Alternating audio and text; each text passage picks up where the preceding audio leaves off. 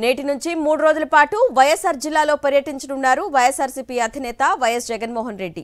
పులివెందులలో ప్రజా దర్బార్తో పాటు కూటమి ప్రభుత్వ నిర్వాహకం కారణంగా నష్టపోయిన అరటి రైతులకు పరామర్శతో పాటు పలు సామాజిక కార్యక్రమాల్లో పాల్గొననున్నారు.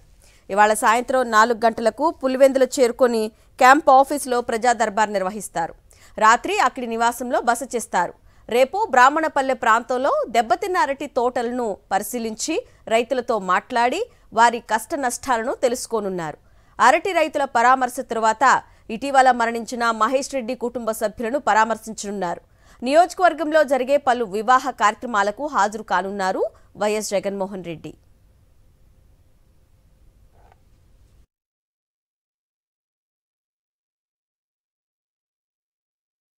నేటి నుంచి 3 రోజుల పాటు వైఎస్ఆర్ జిల్లాలో పర్యటించనున్నారు వైఎస్ఆర్సీపీ అధినేత వైఎస్ జగన్మోహన్ రెడ్డి.